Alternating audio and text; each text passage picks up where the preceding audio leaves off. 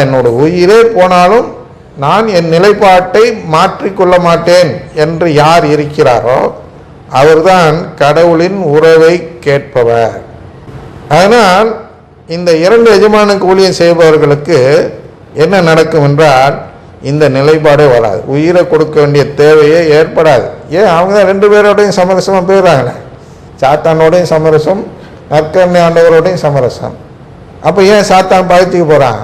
அதனால் உயிரை பறிக்கக்கூடிய சூழ்நிலை அவனுக்கு வராது. ஏன் வராதுன்னா சாத்தான் தான் அவனுடைய உயிரை, ஆன்மா உயிரை பறித்து விட்டான். அப்போ இது இன்னும் வேட்ட வேண்டிய தேவையில்லை. அதான் அங்கே அடிப்பணிந்து விட்டோமே சாத்தானுக்கு. தெண்டனிட்டு வணங்கினால் உனக்கு இந்த உலகத்தை கொடுப்பேன் என்று இயேசுவிடம் சொன்னான் அல்லவா சாத்தான். அந்த நிலைப்பாட்டை எடுத்து விட்டால் நமக்கு உயிரை கொடுக்க வேண்டிய தேவை ஏற்படாது. ஆனால் இந்த மூன்று நிலைப்பாட்டு மூலமாக தான் நாம் என்ன செய்கிறோம் என்றால் நாம் என்ன கடவுளிடம் கேட்கிறோம் என்பதை வெளிப்படுத்துகிறோம். கேளுங்கள் கொடுக்கப்படும் என்ற அந்த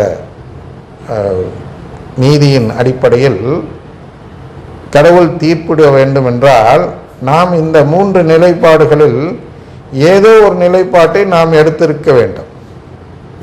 என்ன என்றால், முதல்ல கடவுளை முழு மனதோடு நேசிப்பது. அதான் வித் ஆல் ஸ்ட்ரென்த் நேற்று படித்தோம் அல்லவா, அதான் முதல் கட்டளையாக இயேசு சொல்கிறார்களா.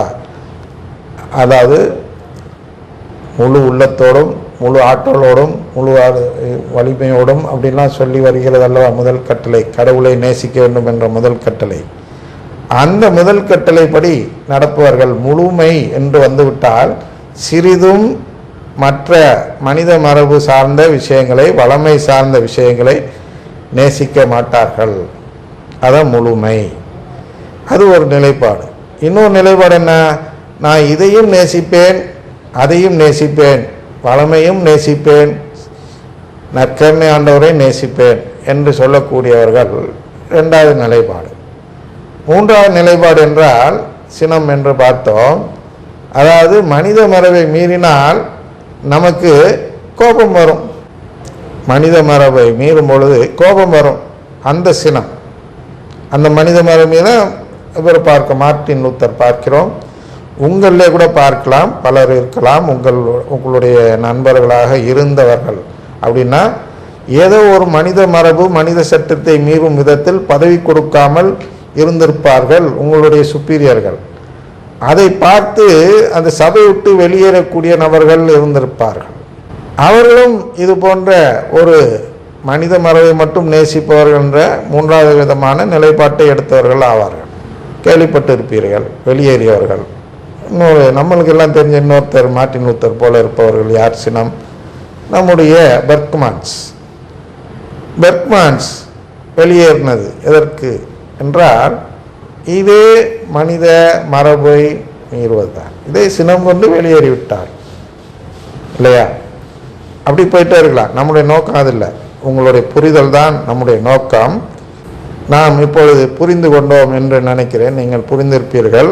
இரண்டு எஜமானனுக்கு ஊழியம் செய்வது என்றால் என்ன என்றால், நம்மை மனித மரபையும் வளமையையும் மற்றும் அதை சார்ந்த அனைத்தையும் நேசிக்க வைத்து இரண்டையும் நேசிப்பவர்களாக மாறிவிட்டால் நாம் இரண்டு எஜமானனுக்கு ஊழியம் செய்பவர்களாக மாறுவதால் நாம் என்ன சொல்கிறோம் இயேசுவிடம் என்றால், எனக்கு உறவும் வேண்டும், இன்னொன்று உறவு வேண்டாம். வேண்டும் அப்படின்னு சொல்லிட்டு வேண்டாம் என்று அடுத்து சொன்னால் உங்களுக்கு என்ன கிடைக்கும்?